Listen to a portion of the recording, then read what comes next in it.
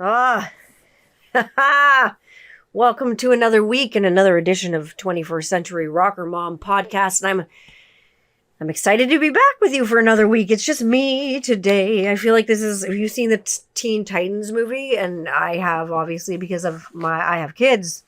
I feel like this is my movie, my superhero movie, and it's all about me. It's all about me. Because this podcast, this episode really is seriously an all about me podcast. It's almost like a kind of getting to know me podcast. If you have never met me before in person, this is all, of course, getting ready for this live Ask Me Anything that is coming up next week. I think we're probably going to do the Saturday night. It's Saturday night. Saturday night.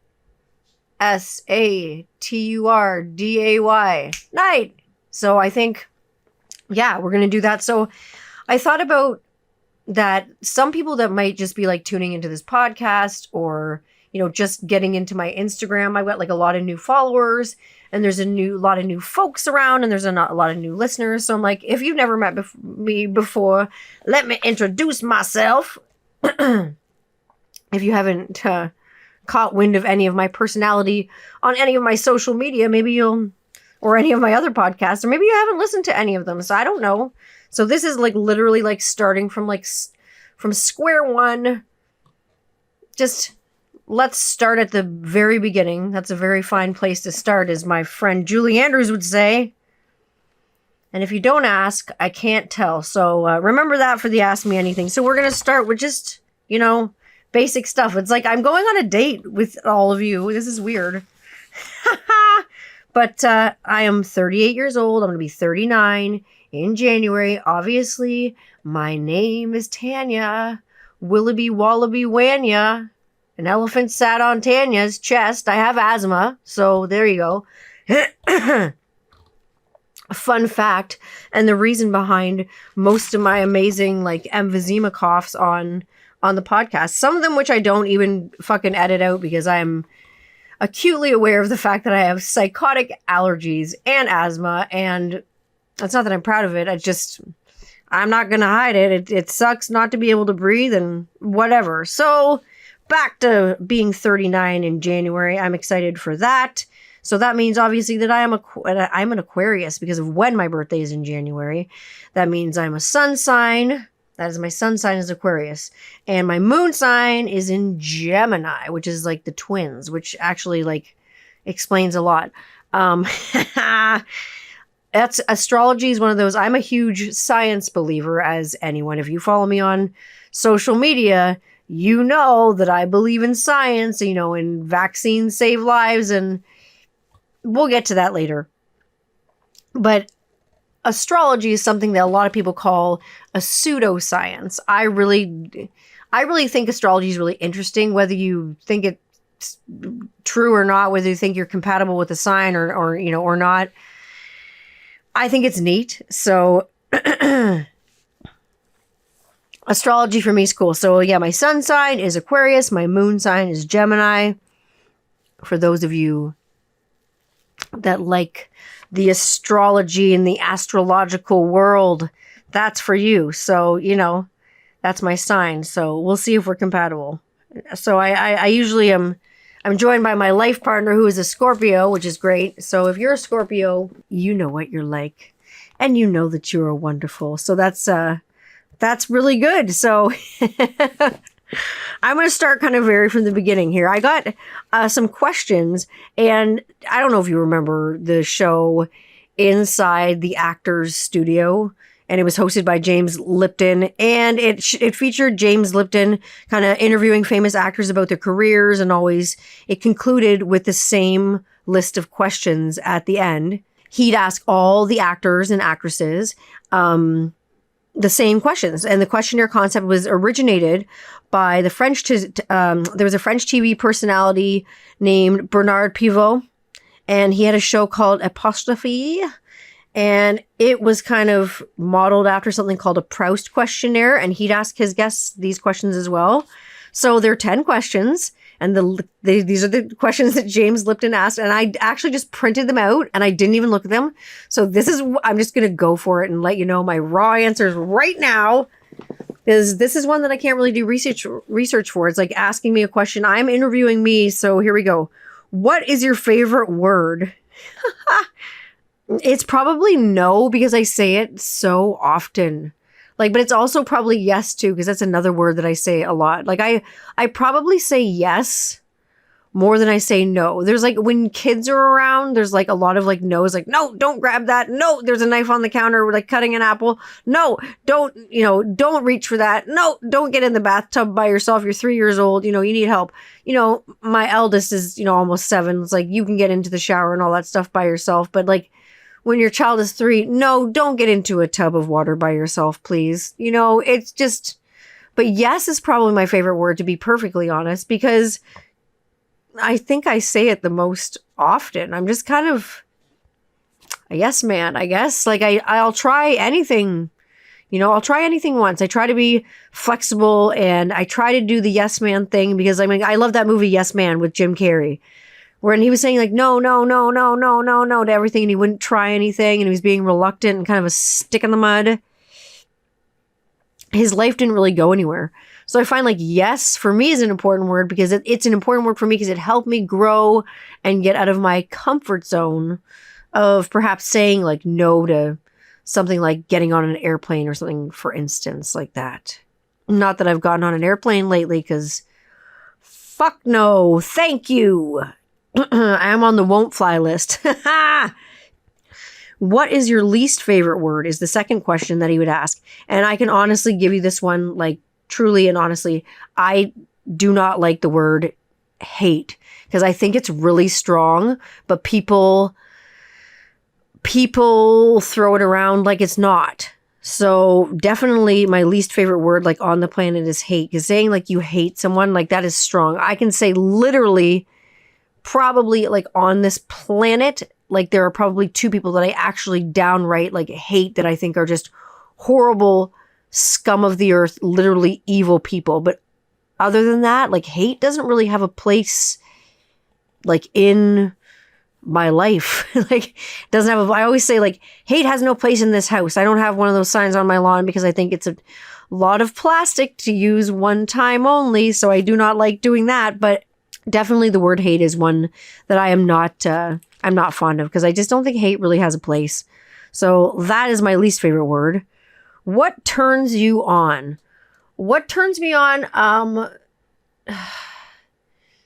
Good conversation, good people, good food, good sex, good experiences. Like experiences turn me on. Like things that doesn't mean you're actually doing them like physically, but like having experiences with people and having little moments and being very aware of what that is at that time. Being present turns me on, I would say. Just being able to be there for that moment, not kind of like floating out of your body, but being present for where you are at the time and appreciating where you are at the time. Like if you're eating a sandwich, eat your sandwich. Don't be doing 52 other things. If you're playing with your kids, play with your kids. Don't be fucking around on your cell phone or playing a fucking game or answering an email, or, you know what I mean? Engage yourself, like fully immerse yourself in that moment, because it might not be very long. Yeah, what turns me on is like experience, but like small moments, because they mean big things a lot of the time. We don't really think at the time, I think they're as big as they are, but then you realize after the fact, like, hey, that was huge today. You sit back and then reflect today. Oh, you reflect on your day. A lot of people do that at the end of the day. Oh, when I did this with so-and-so, or I did this with the kids, or, I did this with my partner, or you did this with a friend, or I don't know what your situation is. Mine the other day was I got to reflect that I did this science experiment with the kids, and it was really fun. And I just sat back and I'm like, you know what? The kids were really happy after we did that. They like had the best, they had the best night, then they had the best sleep. So like, it's fun to reflect on those things. So definitely what turns me on is experiences. What turns me off? Lying. Anyone who is just a blind-faced fucking liar and a manipulator, manipulating and lying and twisting shit to get things that you want, that is something that turns me off.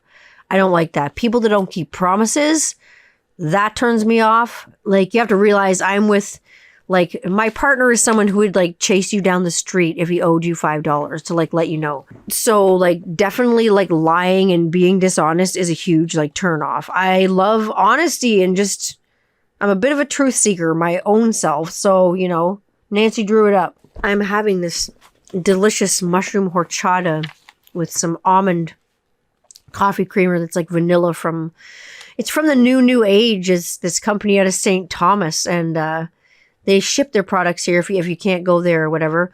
And I get their mushroom milk, and I've talked about it on my podcast before because I love mushrooms, and I say not the funny, like hallucinogenic ones, although I know a lot of people find those therapeutic for different medical conditions and stuff like that. I've read a lot about that. And where I am completely into the science world, if you can go ahead and get relief from a plant without getting a pill from a bottle from a doctor, then go for it. But yeah, I'm up to date on all my vaccines, I'll put it that way. But I don't think you should be popping a Percocet in your mouth, unless there's dire straits. So anyways, but I do love this mushroom milk from the New Age. It's so good. So that is one company that I love that I will recommend.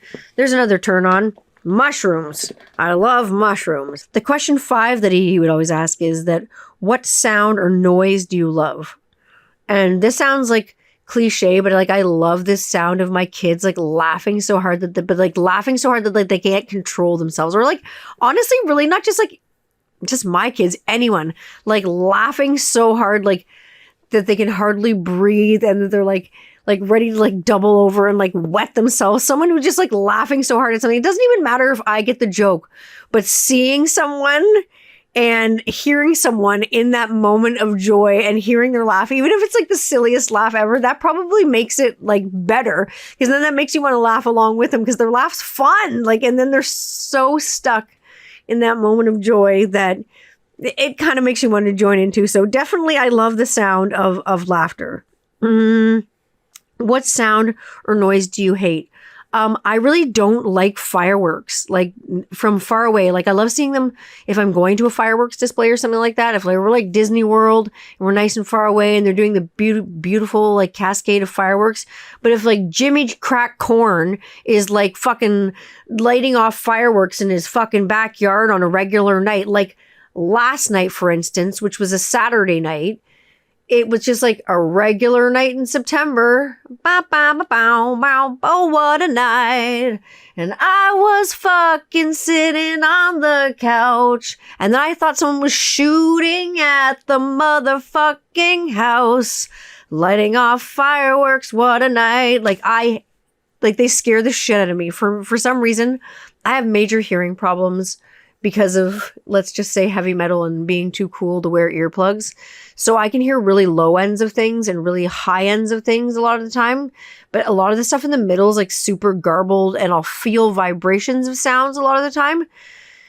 So fireworks are like a sonic and like do like a sonic fucking assault on my senses for me. They're like it's like being a dog. It's like I want to take like a Gravol, except if it wouldn't make me feel spinny, and like just like go to bed. You know how you get like a special like pill for your dog from the vet when they have to like go on car rides or they have trouble with fireworks, like an anxiety medication. Like that's what I feel like when I hear fireworks. I'm like, fuck, I feel like a dog that's hiding underneath the table and like terrified, because I know any of my dogs that I've had in the past, because I am a huge dog lover. I obviously don't have one right now because my eldest doggy passed, last year, and that's still very difficult. But yeah, it's definitely fireworks. They definitely make me feel like a doggy that needs to hide underneath a table. What is my favorite curse word?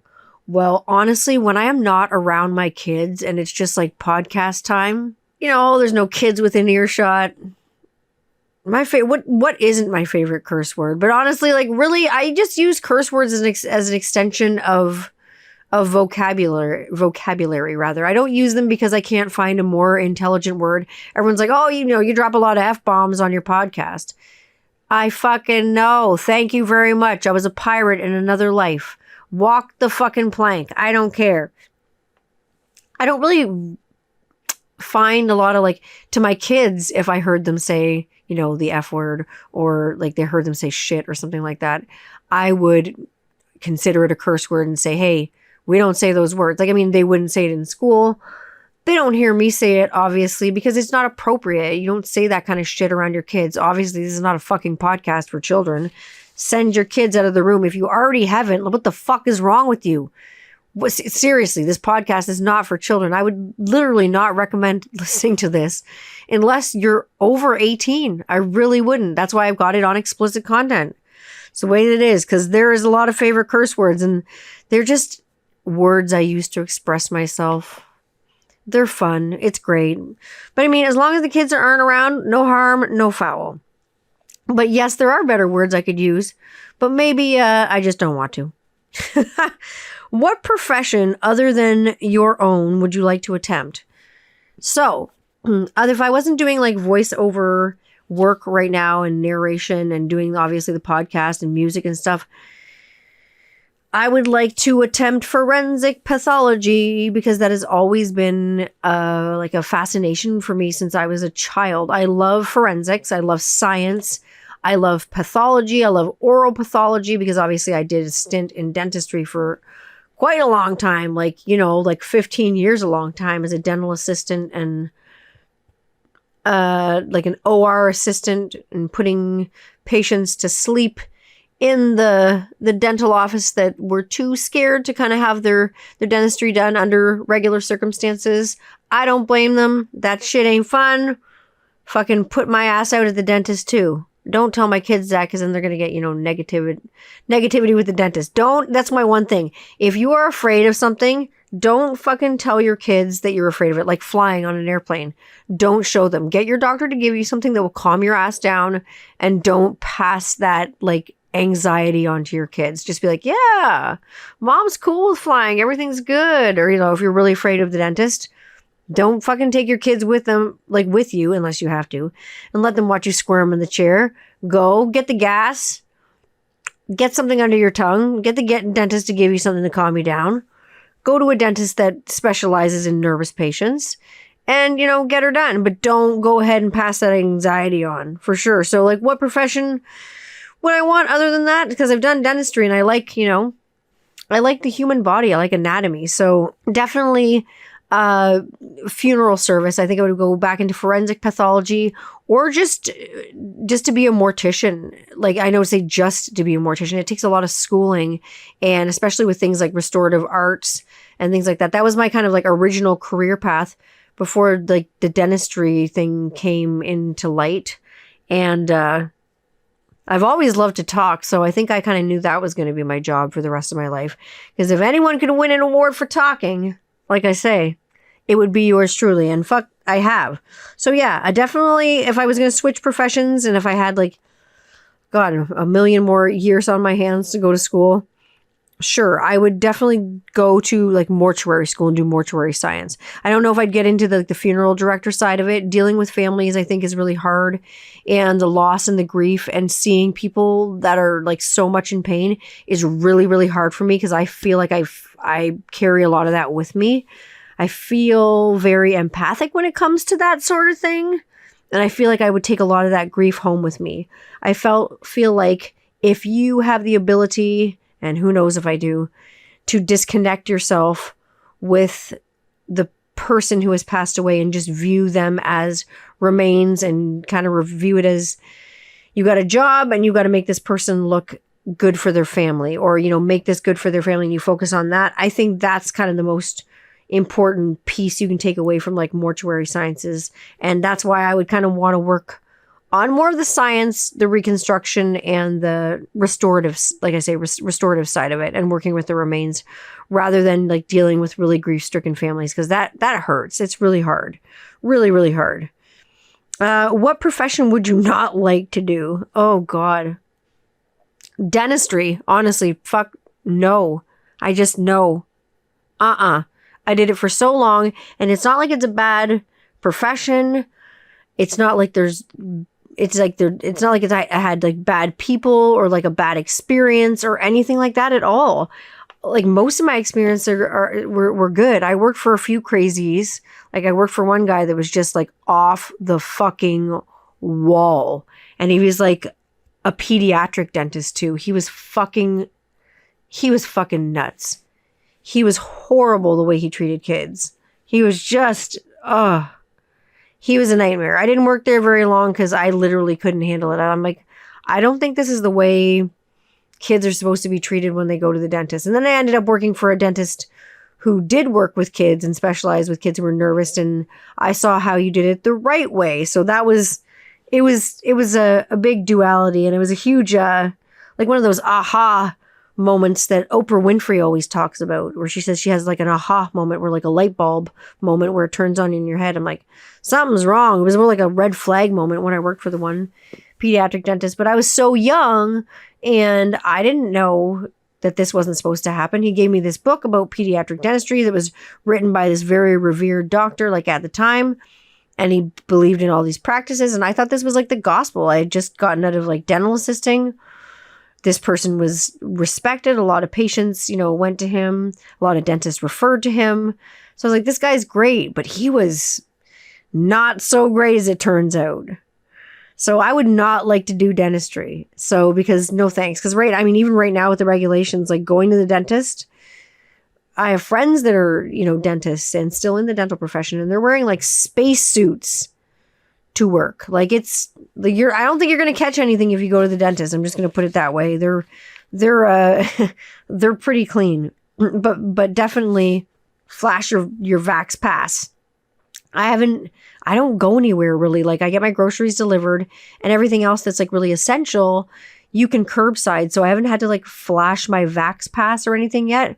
I'm excited to, but like I've heard like a lot of my friends have, and they're like, oh, it's not a big deal. A few people have like bitched about it. Like, yeah, I had to flash my Vax pass and, it pissed me off, but like, whatever, I did it anyway. I'm like, well, did you get into your, your bar or your gym or your movie theater?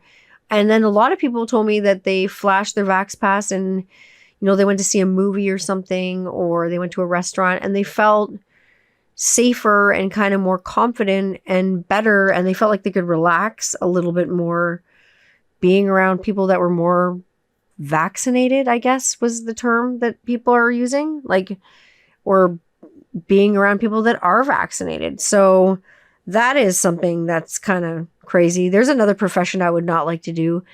Being the person at the door who has to check Vax passes, because I am sure there is a lot of fucking rudeness going on right now.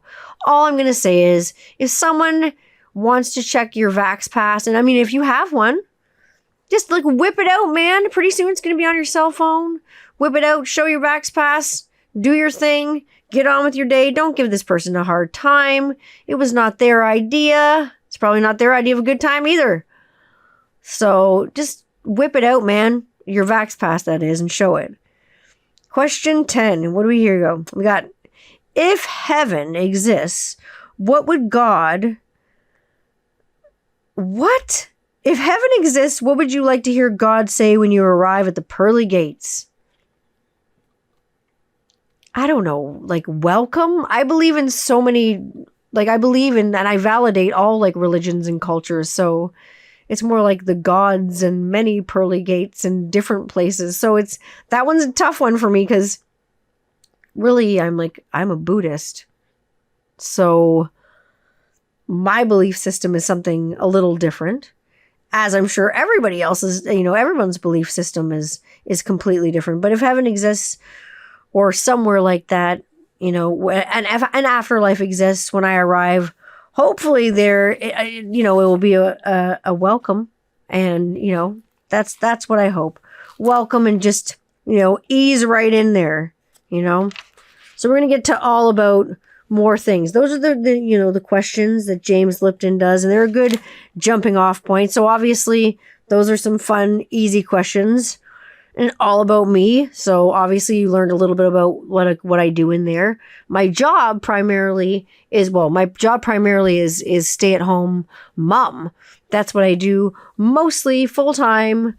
I have two little ones. Well, not so little anymore because they're growing. I have a son and a daughter, and one is in grade 2. My son, he's at full remote grade 2 because he is severely immune compromised. So we have all like laterally made a decision, all the parents involved, that staying at home for school learning was best for him. And it turns out it's actually worked out very well. He's adjusted super well. He's a straight A student across the board, so which is pretty cool. So we spend a lot of my day is that, and Monday to Friday is school time. And then also I have a 3.5-year-old too, and she also has to learn. So my also job is teacher, so preschool teacher. So kids at that age, they love their sensory stuff. So it's, kinetic sand, feathers, baking bread, flour, Play-Doh, lots of things that you can get your hands into. It's getting cooler outside. Before it was like a lot of outside play, but like fall play is, a lot of kicking the ball around and getting the kids out and making sure they're, active. And I am also a part-time martial arts teacher because before the pandemic, my eldest was taking martial arts, and I took martial arts for years and years and years and years. And I've got some belts under the belt with that. And so he wanted to continue in the martial arts, and because of his diabetes, like regular exercise, and for everybody is important. So we get a lot of regular exercise. I am a major hiker. I love hiking. Before, when I'm not hiking with the kids, which is like never, because I'm always with the kids because, well, now since my eldest's diabetes diagnosis, he gets a lot of injections per day. So without being too, too revealing, I'm the cow that gives the insulin, and there's a lot of that going on. So I'm not too far away from him. But what I used to, like barefoot, like hike it in the woods. I would just go out on a Sunday. I'd get out, this is before kids. I'd go out in the woods. I would, I was in my friggin' 20s. Like this is, 10 plus years ago. This is a long time ago. Roll up a few joints. I smoked a lot of pot at this time for back pain. I got in a car accident. We'll get to that later. And I'd go out and barefoot in the woods for a few hours, and it was my church. I still love hiking, and we still love taking the kids on hikes. That's like definitely one of like the best family like activities that we do. Just get the kids going no matter what kind of weather, unless it's like really like raining or something and there's like bad weather out where we're going to get like sick or wet or really uncomfortable. We take the kids, or it's very like hot or something. We take the kids hiking, and they love it. We get our bug spray and, the right outfits so we don't make sure we don't get no ticks. I love hiking. So that's one of my major like forms of like exercise, but like you'll never find me in like a gym or anything like that. I don't like those things. I think they're a waste of money. You will find me gardening, doing yard work, splitting wood, chopping firewood, making fires, bench pressing my children, opening and tightening pickle jars. Like this is how like Polish people stay fit. So that's pretty good. Like for as far as other jobs that I've done, oh God, I've done so many weird jobs. Dentistry, if it wasn't weird enough, was, not really my weirdest job. Like I did a job where I sold books and magazine subscriptions over the phone. These are all prior kids. I did this thing where I got a job canvassing for charities, and I don't know why I didn't like have a light go on. Like I'm like, why am I getting paid for canvassing for a charity? Like this should be like a volunteer job. I didn't get paid much because no one gave to this charity. It was like the Asthma and Allergy Foundation or something. And then I found out it was a scam.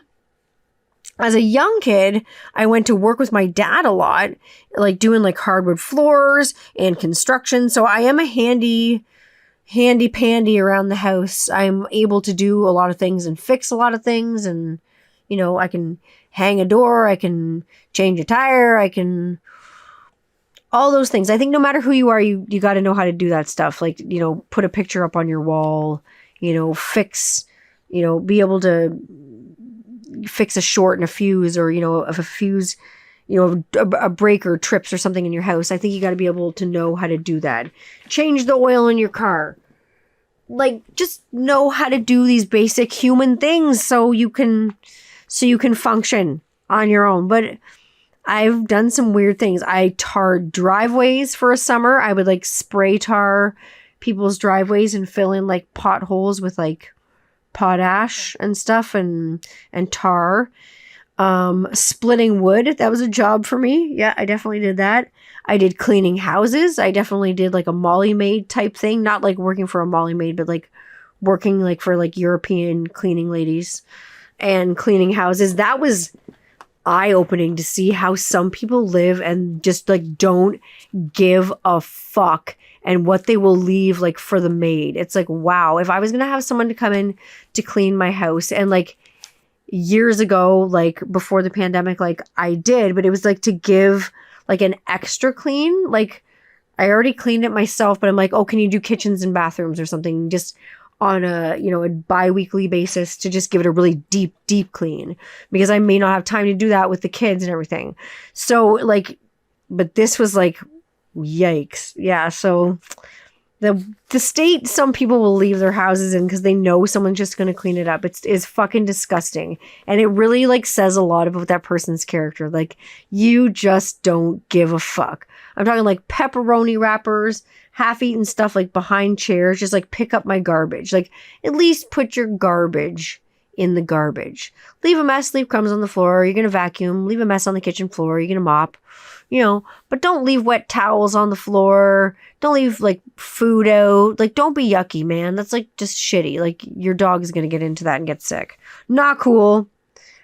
Probably the most interesting job, I never thought of it as a job, but obviously was kitty. Like, obviously, if you're listening to this podcast, you probably know that I was in the metal band Kitty for a bit. I was their founding, like, their bass player, not founding like band. I didn't find or found the band, but I was a founding member of the original lineup, and I played bass for them.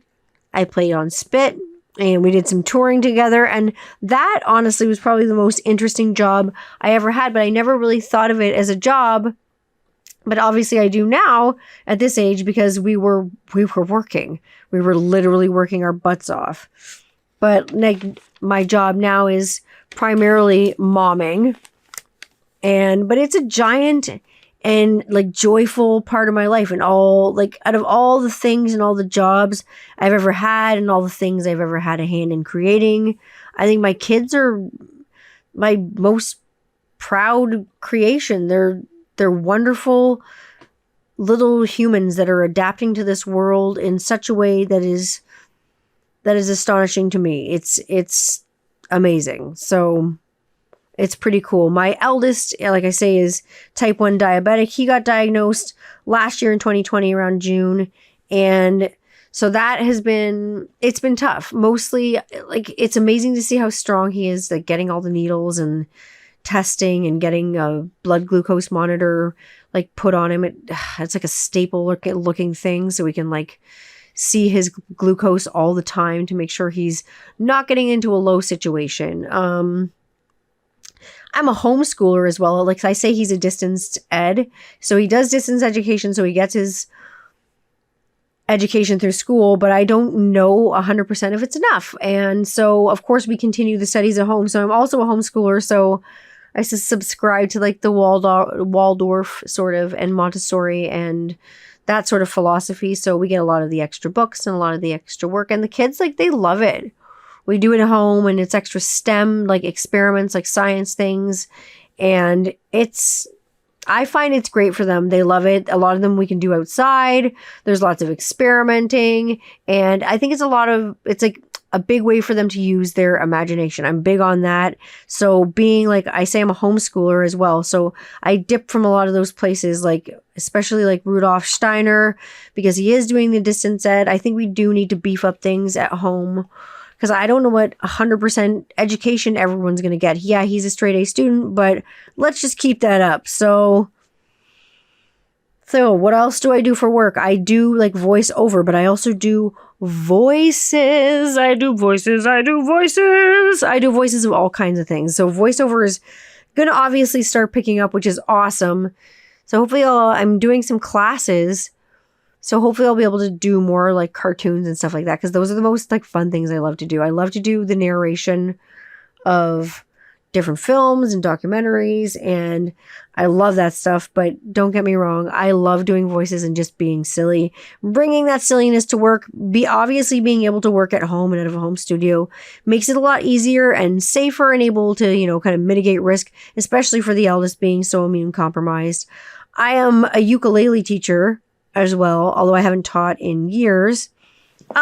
Music is on the horizon, which I never thought I'd have the confidence to kind of go back to, but here we are. I am multi-instrumental. I play just about everything.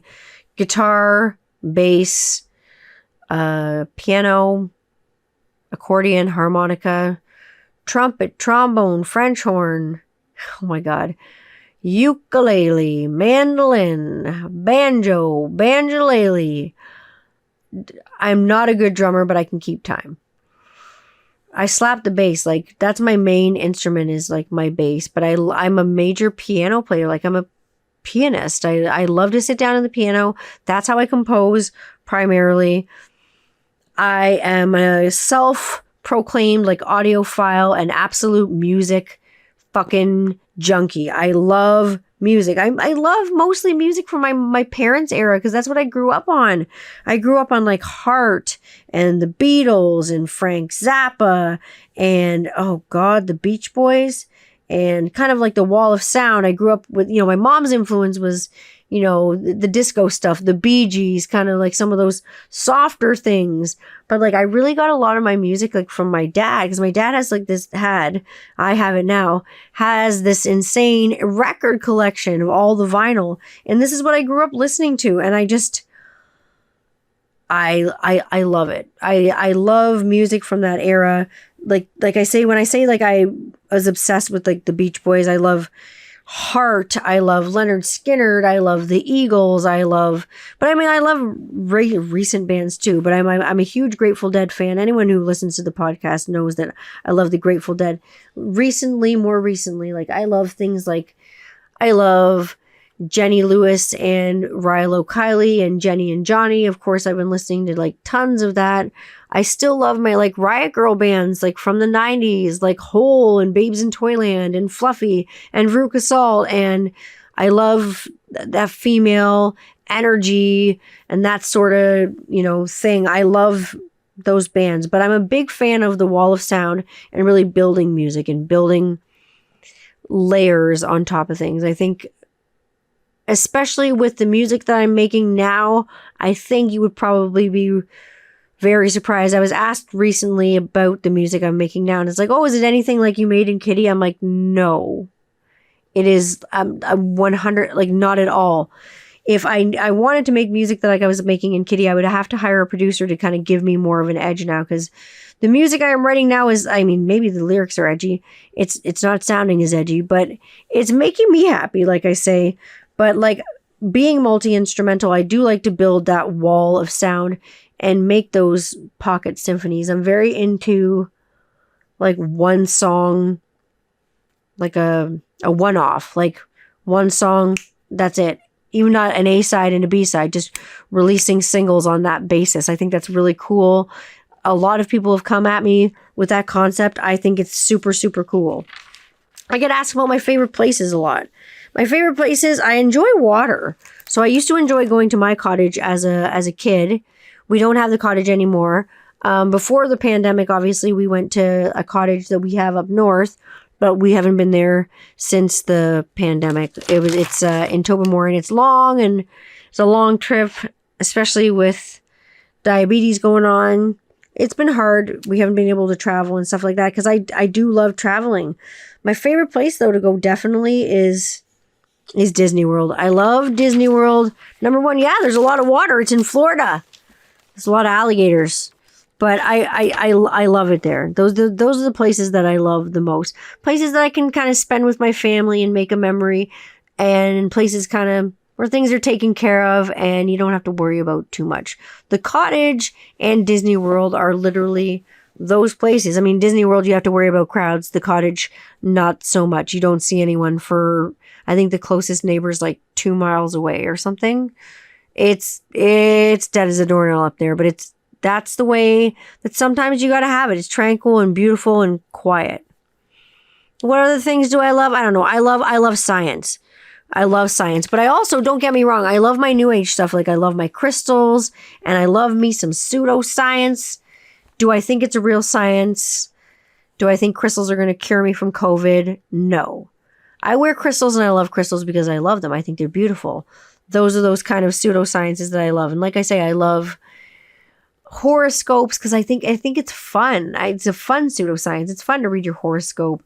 It's fun to compare yourself with your sun signs and your moon signs and see kind of what's true and what's not. I don't drink. I love not drinking booze. I haven't had a drink in, oh God, it's been years since I've had a drink of alcohol. Not for any particular reason other than I don't really like the taste of it. I don't like the way it makes me feel. I don't want to feel like out of control or ooky, or I've got like a son at home who's medically compromised. I can't be sitting around drinking. And what if he needs to go to the hospital or something like that? It's just, you gotta, when you turn into a parent, I guess maybe your priorities change.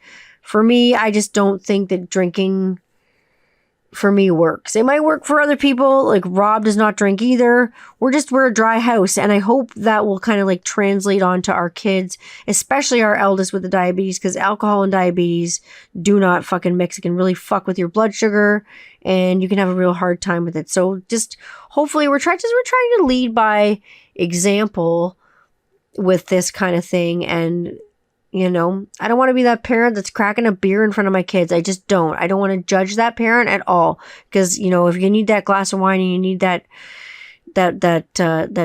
crack of beer or that scotch in a glass or whatever, you probably need it. It's probably your coping mechanism.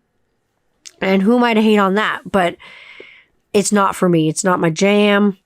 What I do love, I love flowers. I love flowers. And I love wildflowers. I get a bouquet of flowers like literally nearly every week from my sweetheart, from my Rob.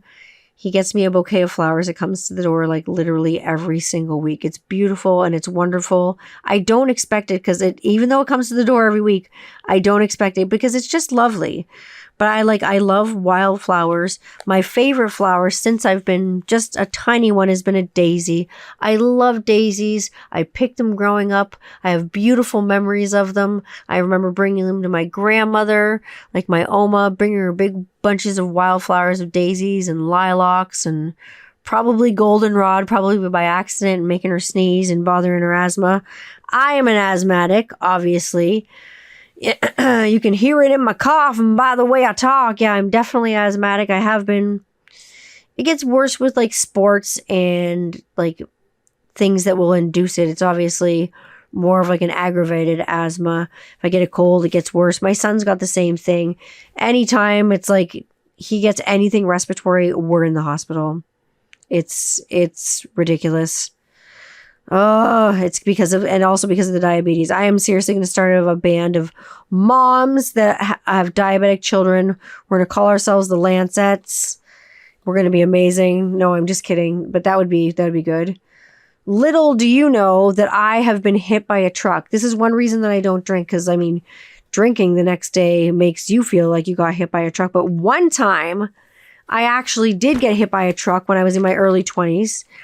I got hit by a transport truck and like effed my back forever. So I live with chronic pain, which sucks. I do not take painkillers for my chronic pain. I went to like some psychology based pain courses and kind of figured out how to deal through mindfulness, how to deal with pain that way. Like I kind of know I'm going to be in it for the rest of my life, but I just deal with it. I got some great CBD pain creams and stuff to rub on them. So that works. Before the Rona, like I loved to travel, like it, and this is a new thing for me because I really didn't love to travel other than like to my cottage and stuff before. I was kind of scared to get out of that comfort zone, but going to America, other than like touring and stuff with Kitty, it used to be hard for me to leave the comfort zone. But then I went to Disney World with my kids and my partner here when my kids were 3.5 years old, almost 4, my son was, and my daughter was 9.5 months old. She was just a baby. We drove to Florida and went to Disney World with him. And I'll tell you, I would never take that experience back for anything. It was amazing. Everyone's like, oh my God, are you nuts? Like driving to Disney World with a preschooler and a baby. I'm like, what do you mean? Why is that crazy? It ended up being actually really easy. Disney made stuff easy for us to be there. It was kind of like, it was a wonderful experience. My daughter fell asleep on most of the rides, like in my arms, I had her cradled like in a baby carrier so she wouldn't get tossed around because that's scary, right? So, but Disney's really safe and their rides are built for children and babies to go on. So I felt really confident going there and, not scared. It was good. It was great for the kids. They loved it. Like A Small World After All was amazing for them. They loved the Haunted Mansion. They're both obsessed with the Haunted Mansion. They love Pirates of the Caribbean. That's definitely somewhere I love to go. But, that's fun for me. My love of the Haunted Mansion came a long time ago because I love like horror movies. That's something like I can't really like watch with my kids. I can watch like Goosebumps and stuff but I can't watch the scary ones. They're still young, There's lots of time for that. But horror movies and the way I love them, like I used to watch every single horror movie, no matter what. The bad one, the good, the A movies, the B movies, the C movies, the D movies, everything. But how much it's changed since I've had kids. Like if there's something that is involving like a child and a child being hurt, like I can't watch it. It makes me sick. Like I will go to the bathroom and get sick. We had watched Dr. Sleep and I think I've probably talked about this before. And there was a part in it and I can't talk about it because it bothers me and it's graphic and a little boy gets hurt very badly.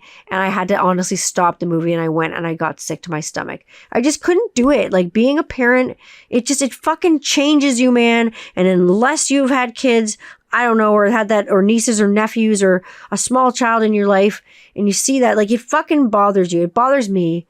If it doesn't bother you, I don't know why it doesn't bother you. That's fucked up if it doesn't bother you. It should fucking bother you. Kids getting hurt should fucking bother you.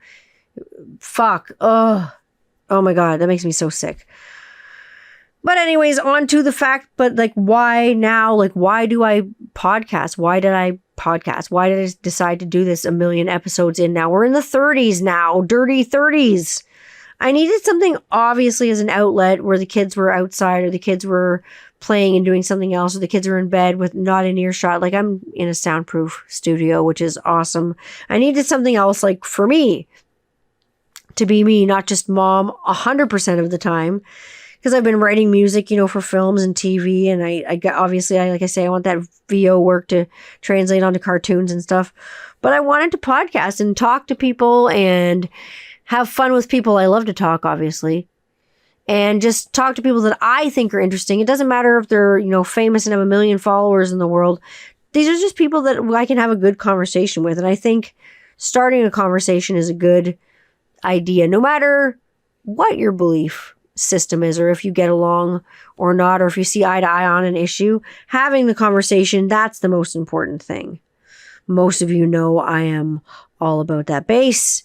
I play bass. My favorite bass players are as follows. I'm going to give them to you. I love Bootsy Collins. I love anyone who can feel the funk. I love Rick James. I love Susie Quattro. I love Geddy Lee. I love Jenny V. I love Carol Kay from the Wrecking Crew. I love a lot of studio sort of musicians. My loves of television go about as far as Twin Peaks. I don't watch a ton of television shows, but I love Twin Peaks. I love it. I'm obsessed with it. You will see me talk about it on Instagram a lot. So if you're not understanding posts about owls and things, and the owls aren't what they seem just do yourself a fucking favor and watch yourself some Twin Peaks. You'll not regret this. Trust me. But I also love Hell's Kitchen. Gordon Ramsay is fucking amazing. I think he's great. I love things like tie-dyeing things. I am a true hippie at heart, even though I say, fully believe in science and going to the doctor, going to the dentist, these things. I am a true hippie. I grow my own garden. I grow my own vegetables. Truth seeker. I'm a truth teller. I love stories. I love good stories. Not fairy stories and made up stories. I hate lying. I'm a horrible liar, so I plain old don't do it. Something you may not know about me is, yes, I am smell blind, which means I have these bleak moments of time to time where I can smell. And for the smell blind, this is really hard. I get like breakthrough where I can smell for a little bit, and I get really bad smell aversions. Like, for instance, the kinetic sand we have. It's supposed to smell like Neapolitan ice cream. Every time we take it out, I want to throw up. So it's hard for the smell blind because when you get that whiff of whatever it is, it's bad. And like, we were talking around things. Someone had asked about a shart and what a shart is. And I said, like having a smelly fart is terrible. Having a smelly burp, it's gross. Someone must have just eaten something gross. Having a smelly sneeze is disgusting. And then Rob brought up something to me the one night we're talking. He brought up something called, he calls the sharf. And I'm like, what's a sharf? He's like, it's like when you're like shitting and barfing at the same time. And he's telling me this, and it's just him and me. And I'm like, I can't fucking keep it together. Like, I'm like, I don't want to laugh too hard. Like, I don't want to like laugh loud and like wake the kids up, because everyone's had that experience when it's coming out of both ends. Like, we've all had the rotavirus flu, that's the tummy flu or whatever you call it, or you get the food poisoning. Oh my God, it's terrible. But the sharf was something that came out of this. And then, oh God, it was so funny. Rob made me laugh so hard about it that, yeah, I had to like include the sharf on that. So that's what I'm going to call it from now on. So if that happens, I'll refer to it as that. I hope that doesn't happen. I hope I'm not sharfing anytime soon. God damn it. Because I love eating. Like, food is amazing. I am the kind of person who loves to eat with all my senses. And even like now that I'm all plant-based,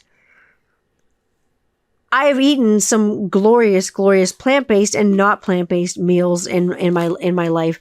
I've eaten at some restaurants that are like amazing, especially like a lot of like the Disney dining. I ate at Gusteau's like restaurant that they have in like the Ratatouille movie. I'm talking their French onion soup was like legit. Like, I had to dig through it with a shovel. There was so much cheese. This is back when I ate cheese. Oh, cheese, I miss you a little bit. But I got my good vegan cheese.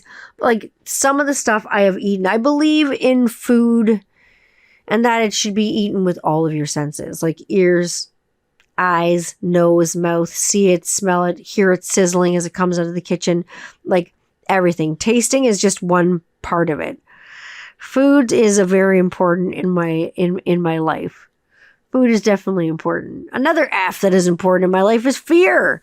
God, I have a fear of some weird things. Like, I wouldn't say I have a fear of flying, but I'm not a good flyer.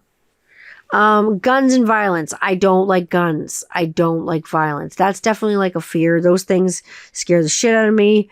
Intolerance.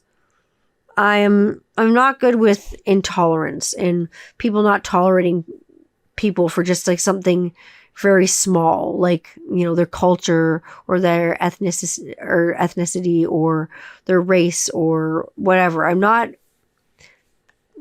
down with that. So I have a fear of intolerance because I think it can go further than that.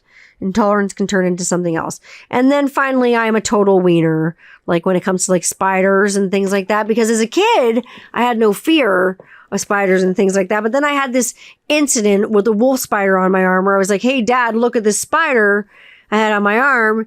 And of course, Pecan freaks the fuck out, swats it off my arm. The spider's bigger than a fucking tuna. Yeah, it's a wolf spider. And yeah, a toonie in Canada is a $2 coin. That is quite big. Like, put your thumb and your swear middle finger together and see about the diameter of that. And that's about the size of a toonie. And that's the size of the wolf spider I had on my arm. It was just sitting there getting ready to bite me with its claws and its fangs and its talons. Yuck. But saying that, I mean, I do love the outdoors. I'm pretty handy, and I'm definitely a survivalist when it comes to outside. I know a lot about, first aid and being outside and camping. I did a lot of the Girl Guide-y, Pathfinder-y, camping, Girl Scout stuff, and my dad that kind of came from my dad, which is cool. I mean, Rob knows about that too. His grandpa was like a scout leader, so they learned all about that. obviously, like I said, I would be in forensics and pathology if the tables were different. I'm definitely an audiophile too, so that's definitely a job prospect I've always thought about is like production. But I do love playing instruments so much that I don't know how much I could be behind the board. But I do love the idea of being behind the board. And finally, before I get on to like, the Ask Me Anything, I'm going to end this podcast with this. A lot of people don't know kind of exactly what happened after Kitty. Like if you haven't seen the documentary, I would encourage you to. Kitty Origins and Evolutions. It's everywhere. You can get it everywhere these days. But most people don't really know what happened to me after Kitty. Obviously, I'm sitting here doing this podcast talking to you. But I did play in a few bands after Kitty that are totally worth checking out if you're so inclined. After Kitty, I didn't do anything for a little bit musically. And then I formed a band with a friend of mine from high school called Candy Darlings, and it was like a girl-fronted power pop punk band, like bubblegum punk band. We had did fun covers, and we had a blast. We just did things in in Ontario, but it was fun. And then after that, I did some jam bands and things like that. I played in a band actually with Mercedes called the Alcoholics, and you can still find them on YouTube somewhere. Most people don't know that I played in some bands after Kitty. And now that I'm getting back to music and stuff, people ask me, they're like, oh, did you play in bands after Kitty? I'm like, actually, yes, I did. So if you don't know that about me, now you know. Now you know what to bring and what not to bring to the Ask Me Anything. You can ask me anything you want. So be aware. It'll probably be like I say, the Saturday night. Next weekend, it's coming up. It'll come up it'll be on audio, or maybe it'll probably be on video. Because I'm going to do it live with you. I'm going to be here on video, talking to you, answering your questions and taking your questions. I will be taking no shit. So be aware of that. I have hired a moderator and the little robot people that moderate things. And if you're going to be abusive and you're going to be a butt and you're going to be an Oscar Mayer wiener, please don't show up to the live. Because the moderator will kick your ass out, you little wiener. That's just what will happen. So you can ask me anything. So come with your questions. I will put lots of details up on my 21st Century Rocker Mom Instagram. That's mostly where you can find me. If you're following me right now, you can find me at 21st Century Rocker Mom on Instagram. You can find me on Twitter at Tanya Candler. You can find me on Facebook, except you probably won't find me on Facebook because I don't do that. I'm just joking. No, but you can find me on my YouTube channel, which is Tanya Candler channel. And you can find me on anywhere you can stream your favorite podcasts. You can find me here every week hanging out with y'all. I love you very much. I hope you have a wonderful week ahead of you. It's going to be a busy one. I hope you are enjoying fall. We've just enjoyed, the first day of fall a few days ago. Falling for all of you. I will see you next week.